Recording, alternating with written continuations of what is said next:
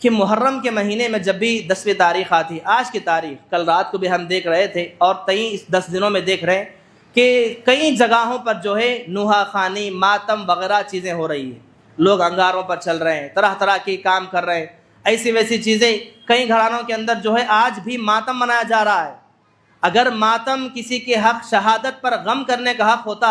تو سب سے پہلے آپ عمر بن خطاب کی شہادت پر کریں گے، ایک محرم پر بھی نوحہ خوانی کریں گے، کیونکہ حضرت عمر بن خطاب کی شہادت بھی تو شہادت ہے، عثمان بن عفان کی شہادت بھی 17-18 ذی الحجہ پہ ہوئی، تو وہاں پر بھی شہادت پر غم منانا چاہیے۔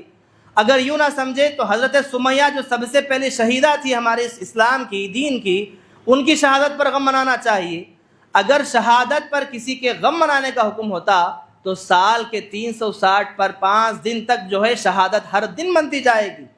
ہر ایک دن کسی نہ کسی کی شہادت ہوئی ہے، کوئی نہ کوئی صحابی شہید ہوئے ہیں۔ اگر شہادت منانے کا ہی اگر موقع دیا جاتا اسلام کے اندر تو سال بھر شہادتیں منائی جاتی، کسی کا حکم نہیں دیا گیا ہے۔ ان ساری چیزوں کو چھوڑ کر صرف حضرت حسین کی شہادت کو ایک عنوان بنا کر کسی 10ویں تاریخ کے دن جب بھی آتا ہے لوگ رو رو کر ان واقعے کو بیان کرتے ہیں اور طرح طرح کے نئے چیزوں کو جو اسلام کے اندر تھی نہیں ان چیزوں کی تصویروں کو بتا کر کہتے ہیں کہ ہمارے نواسے رسول کو جو ہے بے دردی کے ساتھ مارا گیا، پیاس کی شدت سے مارا گیا، دھوپ میں مارا گیا، ایسے مارا گیا، ایسے الفاظ کہتے ہیں۔ ونعوذ باللہ جب آپ کی شہادت ہوئی حضرت حسین کی تو 55 سال کی عمر قریب آپ کی تھی،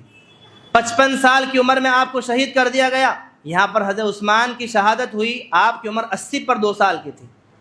اور 18 دن تک پانی کے بغیر پیاسے رہے گھر کے اندر۔ یہ ساری چیزوں کو بھول جاتے ہیں، نہ حضرت حسین کی شہادت ہمیں، نہ حضرت عثمان کی شہادت یاد ہے، نہ عمر بن خطاب کی شہادت، کسی کی شہادت یاد نہیں، یاد رہ گئی تو صرف نواز رسول کی شہادت یاد رہ گئی، اور اسی شہادت پر لے کر طرح طرح کی بدعات خرافات ہوتے ہیں۔